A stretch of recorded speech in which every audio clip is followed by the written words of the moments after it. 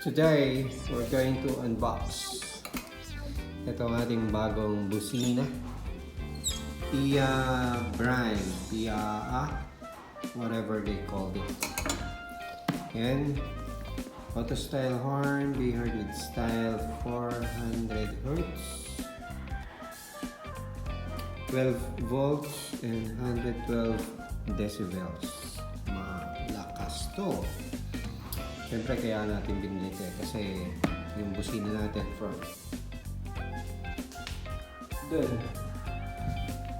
sa ating bagong Mirage is masyadong mahina. Kaya decide tayo na palitan natin. Replace natin yung stock. Itong bagong auto style horn Piaa. Napakaganda na ito. So, kailangan natin ng scissor, gunting. And let's unbox this. Okay.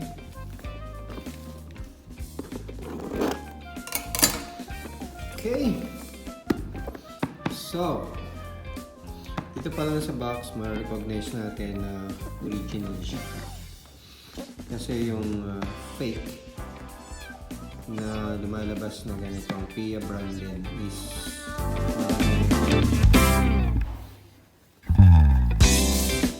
and kapag binuksan natin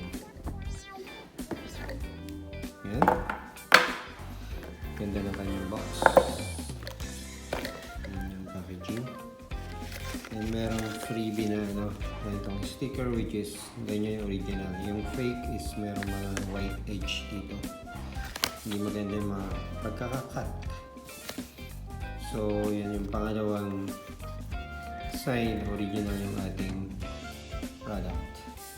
First, dito pa lang sa box makikita natin yung pagka-blue niya is talagang darken. And yung freebie na sticker is maganda yung kanyang cut. And dito, yan, medyo mabigat siya. Maganda ang kanyang, and ang original nito is yung kanyang pinaka-pin is silver color. Yes, maganda yung kanyang tornilyo. Yan. Tingnan natin yung isa. So, pair yan. So, yung fake nito is yung pinakangipin niya o baka is kulay tanso. And itong original one is color. And marirecognize nyo rin dito sa pinaka-tornilyo. Dito.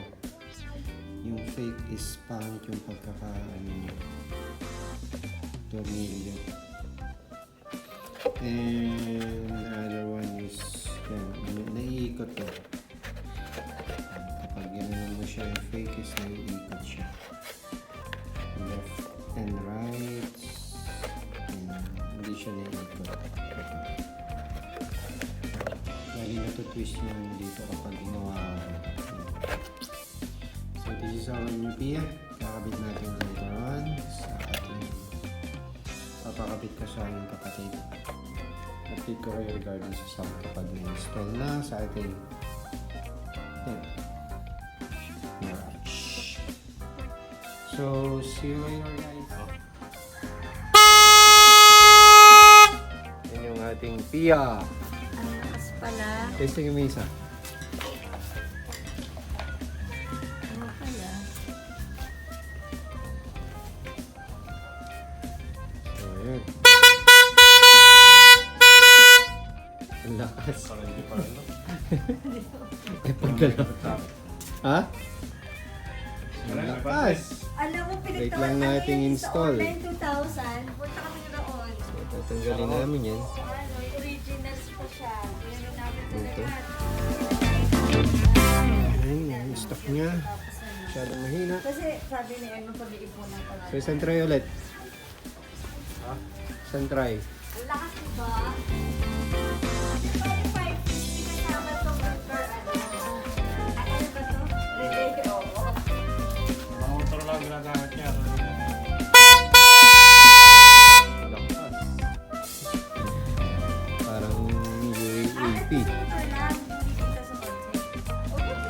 natin ma-install later on.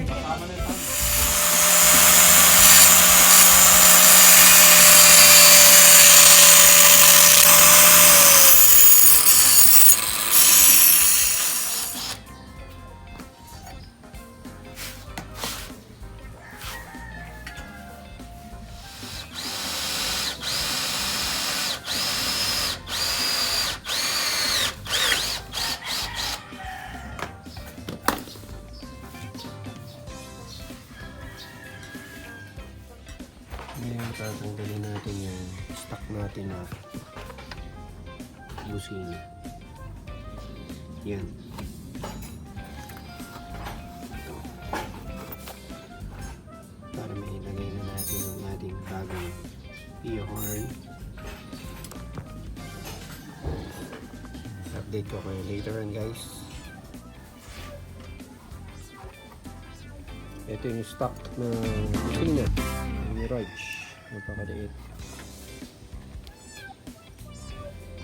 Ganun, papalitan natin ng Piaa horn.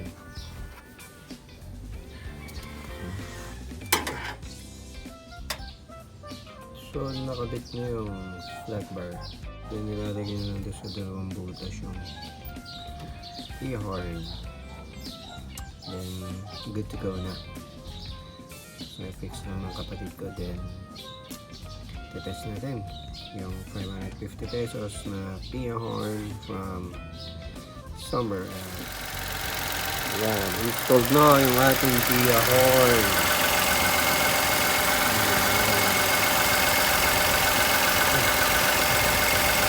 So, ano ko na lang ng flat bar.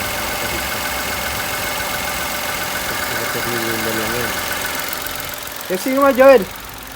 Testingin natin yung sound